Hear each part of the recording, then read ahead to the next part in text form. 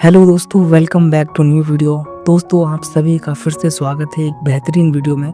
Movie का नाम है उप्पू कुप्पारंबु, जो कि हाल ही में रिलीज हुई है। बिना समय गवाए इस मूवी की स्टोरी शुरू करते हैं। दोस्तों, मूवी की शुरुआत होती है और मूवी की शुरुआत में ही हमें बताया जाता है कि साउथ इंडिया में एक राज्य था, जहाँ पर एक समय ऐसा आया जब उस राज्य में भारी अकाल पड़ा और लोगों के पास खाने पीने का सामान भी खत्म होने लगा। तो उस राज्य के राजा ने वहां के ज्योतिष से इसका उपाय पूछा। तो ज्योतिष ने बताया कि राज्य में मरे हुए लोगों को अगर गांव के उत्तर में दफनाया जाए तो यह समस्या लगभग ठीक हो सकती है। आगे राज्य के लोग ऐसा ही करने लगे और धीरे धीरे राज्य फिर से फलने और फूलने लगा। आगे उस राज्य के कई लोग अलग अलग जगह जाकर बस गए और इस परंपरा को उन्होंने जारी रखा।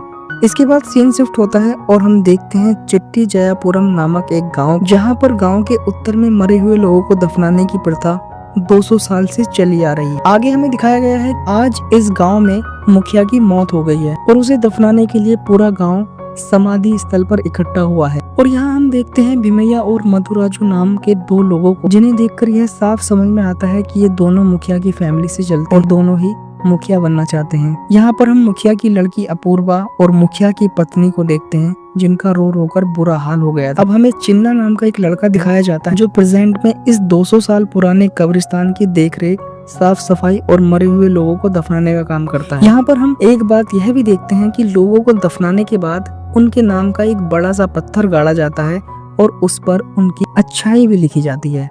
तो चलिए आते हैं फिर से इस कहानी। चिन्ना गांव के मुखिया को विधि पूर्वक और परंपरा के अनुसार गांव के उत्तर में गाड़ दिया जाता है।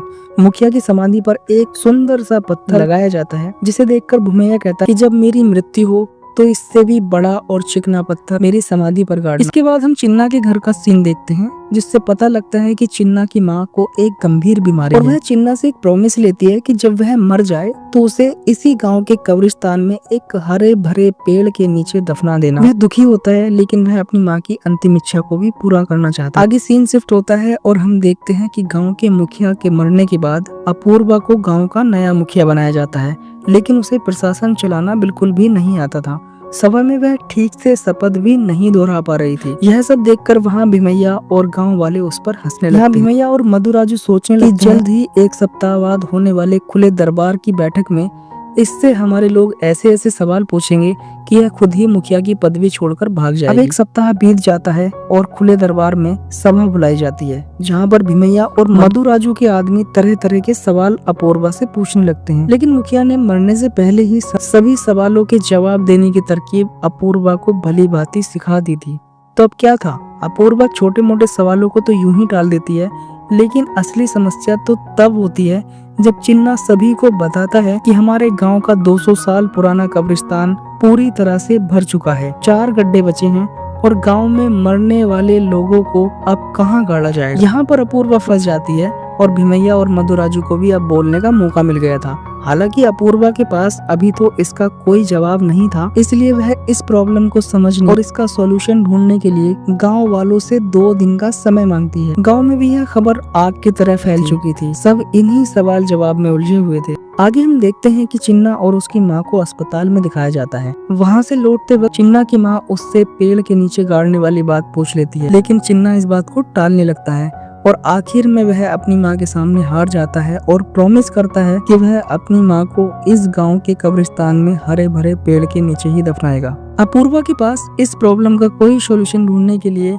सिर्फ 2 दिन का समय था। वह अगली सुबह अपने तीनों असिस्टेंट्स के साथ गांव के आसपास जमीन ढूंढने जाती है, लेकिन कोई भी जमीन देने के लिए तैयार नहीं था। थकार कर वह अपने असिस्टेंट से कहती है कि हम इतना क्यों परेशान हैं, हम लोगों को गाड़ने की जगह उन्हें जला भी तो सकते हैं। उसके बाद वे तीनों जोर से चिल्लाने लगते हैं और अपूर्वा की तरफ भागने लगते हैं। वे उससे कहते हैं कि ऐसा कभी भी दोबारा मत बोलना, क्योंकि इस गांव की यही परंपरा थी, अगर ऐसा किया तो गांव में दंगे छिड़ जाएंगे। आगे हम देखते हैं कि अपूर्वा रात के समय चिन्ना के घर का दरवाजा खटखटाती है। अपूर्वा अपने घर पर चिन्ना और उसकी माँ को देखकर हैरान हो गए थे कि आखिर गांव की मुखिया उनके घर पर क्यों आई है। अपूर्वा को अंदर बुलाया जाता है। अपूर्वा चिन्ना को बताती है कि उसने आसपास गांव वालों से जमीन मांगने की बहुत कोशिश की, लेकिन उसे कहीं भी 1 फुट जगह नहीं मिली। तब चिन्ना उसे बताता है कि अभी हमारे पास 4 लोगों को दफनाने की जगह है और गाँव में 4 लोग तो एक साथ नहीं मरने वाले।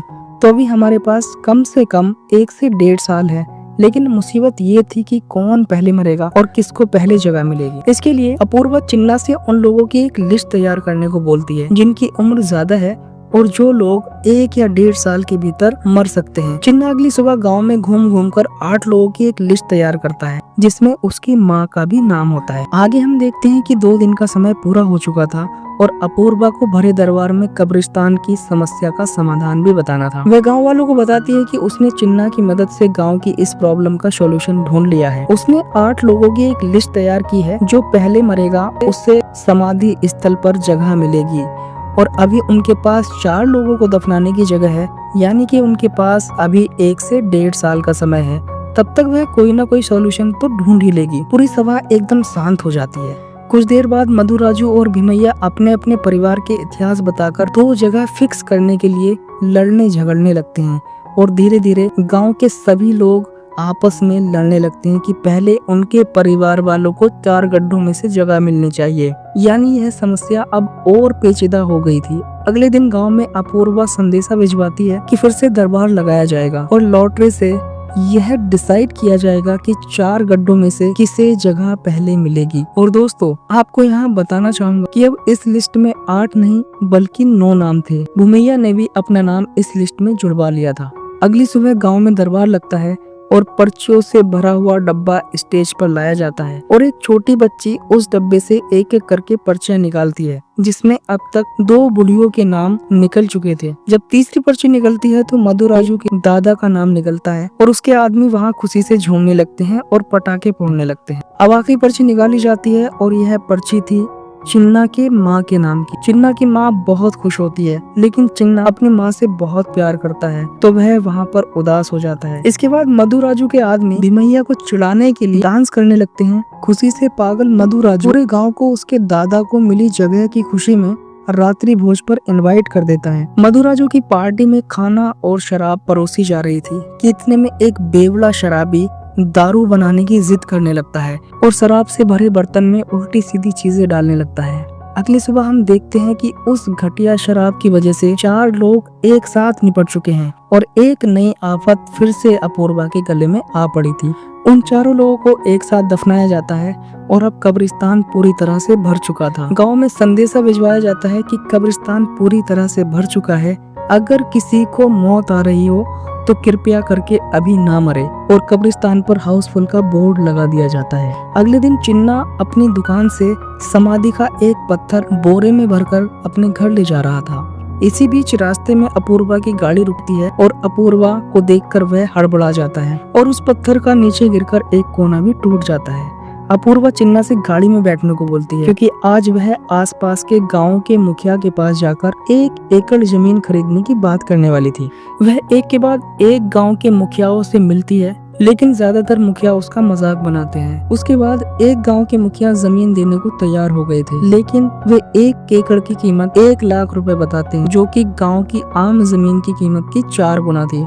इसी बीच मधु, राजू और भीमैया के लोग गांव वालों को भड़का देते हैं कि एक लड़का और एक लड़की इस रात उनकी शादी ना होने की वजह से आत्महत्या करने वाले हैं। उनके मरने के बाद उन्हें कहां दफनाया जाएगा। कुछ लोग ये अफवाह फैला देते हैं कि मधु, राजू के दादा भी मरने वाले हैं क्योंकि वे बहुत बीमार हैं। उसके बाद उन्हें कहां जगह मिलेगी, क्योंकि उनका नाम तो लॉटरी में भी था। इसके बाद जब अपूर्वा घर लौटती है तो वह देखती है कि पूरा गाँव उसके घर पर इकट्ठा है। मधु, राजू और गाँव वाले उससे सवाल करने लगते हैं कि यहाँ लोग मरने वाले हैं और तुम सैर सपाटे पर निकली हो, कब्रिस्तान की समस्या का समाधान कब करोगी। अपूर्वा जवाब दिए बिना ही घर के अंदर चली जाती और एक कोने में बैठकर रोने लगती है। वह इस मुखियागिरी से बेहद परेशान हो चुकी थी, लेकिन परिवार की इज्जत से वह इस्तीफा भी नहीं दे सकती थी। इसी रात चिन्ना अपनी माँ के लिए कब्रिस्तान जाकर पेड़ के नीचे एक गड्ढा खोद देता है और उस पर वह पत्थर भी गाड़ देता है। आगे हम देखते हैं अपूर्वा चिन्ना और अपने असिस्टेंट के साथ कब्रिस्तान का मुआयना कर रही होती है। वह देखती है कि चिन्ना ने जो पत्थर रात को गाड़ा था वह बाकी कब्रों के पत्थर से बिल्कुल अलग दिख रहा है। चिन्ना की चोरी ना पकड़ी जाए तो वह अपूर्वा को बताता है कि इस कब्रिस्तान में ऐसी बहुत सी पुरानी कब्रें हैं जिनका किसी को कुछ नहीं पता कि ये कब्रें किसकी हैं। यहीं से अपूर्वा को एक आइडिया आता है कि अगर वे 100 साल से ज्यादा पुरानी कब्रों को रीयूज करें तो आराम से इस समस्या को हल किया जा सकता है। अगली सभा में अपूर्वा सबको बताती है कि हम 100 साल से पुरानी कब्रों को रीयूज करेंगे, क्योंकि इससे किसी को दिक्कत भी नहीं होगी और यह समस्या भी हल हो जाएगी। उसी दिन अपूर्वा के असिस्टेंट कब्रिस्तान की उन कब्रों का रिकॉर्ड चेक करते हैं जो कि 100 साल से ज्यादा पुरानी हो चुकी थी। लेकिन शाम होने को आई थी और चिन्ना को यह भी डर था कि उसकी बनाई हुई कब्र पर जो पत्थर है उस पर अभी तक कुछ नहीं लिखा था कि वह किसकी कब्र है, और अगर गांव वालों को सच मालूम पड़ जाता है कि उसने एक कब्र की जगह गांव वालों से छुपाई है तो हंगामा हो जाएगा। इसलिए वह सभी असिस्टेंट को भूतों की कहानियां सुनाकर भगा देता है और उसी रात उस कब्र के पत्थर पर 100 साल पुराना कोई फेक रिकॉर्ड खोद देता है। लेकिन जब वह पत्थर पर खुदाई कर रहा था तो उसे गांव का एक शराबी भूत समझ लेता है और वहीं पर बेहोश होकर गिर पड़ता है। अगले दिन जब असिस्टेंट फिर से पुरानी कब्रों का हिसाब लगाते हैं तो उन्हें लगभग 70 पुरानी कब्रें मिलती हैं। यानी अगर वे इन 70 कब्रों को रीयूज करें तो अपूर्वा को लगभग 20 साल तक कोई टेंशन नहीं थी। लेकिन हम देखते हैं कि शराबी की बीवी पंडित को बुलाकर शराबी का भूत उतरवा रही थी। शराबी होश में आते ही भूत भूत चिल्लाकर गांव में भाग जाता है। जब भीमैया को यह शराबी का किस्सा पता लगता है तो वह गांव के पंडित से इसका उपाय पूछता है कि यह सब क्यों हो रहा है। तो वह बताता है कि यह सब कब्रों को खोदने की वजह से हुआ है।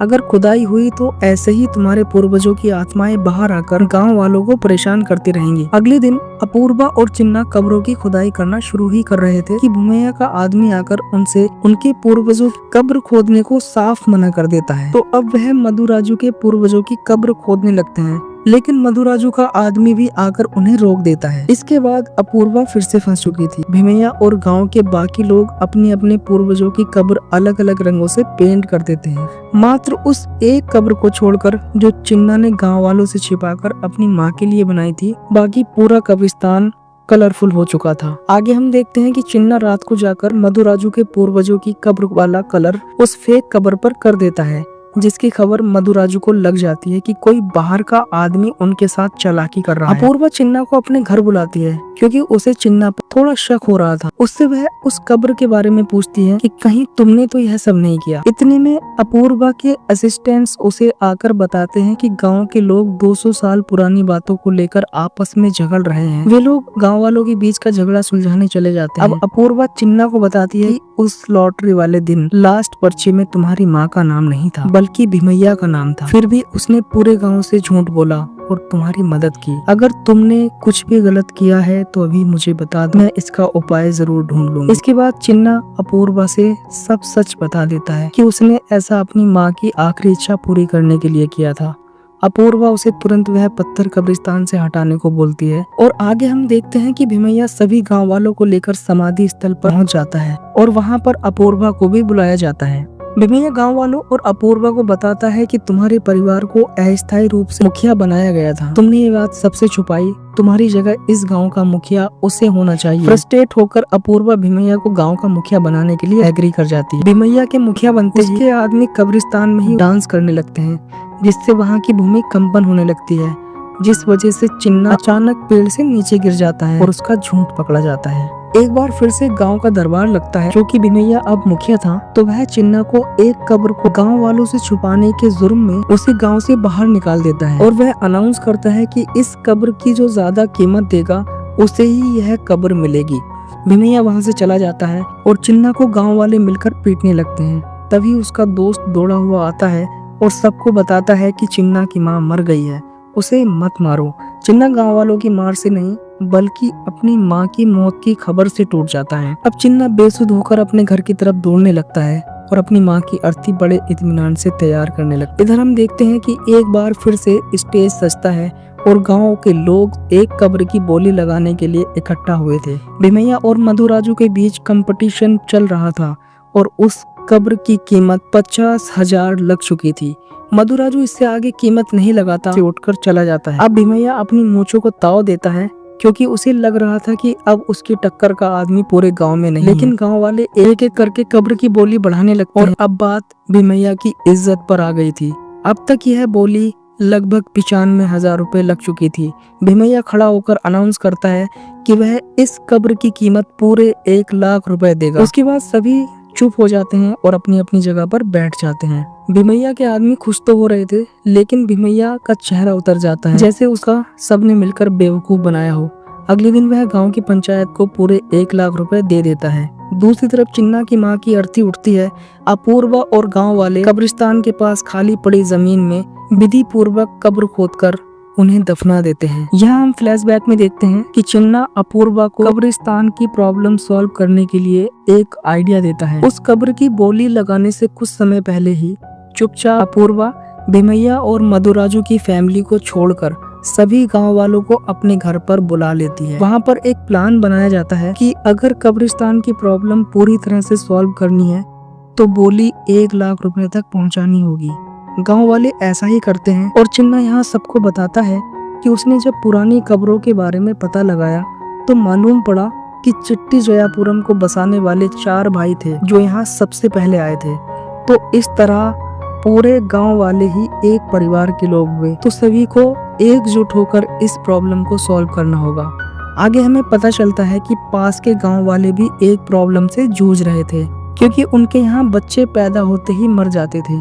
इसलिए वह अपने गांव में एक जच्चा बच्चा केंद्र बनाना चाहते थे और इसीलिए उन्होंने 1 एकड़ जमीन की कीमत 1 लाख रुपए रखी थी। इस तरह चिट्टी जयापुरम को भीमैया के रुपयों से समाधि स्थल मिल जाता है और पास के गांव वालों को जच्चा बच्चा केंद्र। चिन्ना अपनी माँ की कब्र पर एक पेड़ लगाता है और इस तरह वह अपनी माँ की अंतिम इच्छा भी पूरी कर पाता है। लास्ट में गांव वाले भीमैया से 100 साल पुरानी बातों पर लड़ते हैं। तो भीमैया कहता है कि जो है अभी है, 100 साल पुरानी बातें सब भूल जाओ और झगड़ा अभी समाप्त करो। इसके बाद गांव वाले वहां से जाने लगते हैं। तो भीमैया पूछता है कि तुम सब कहाँ चले?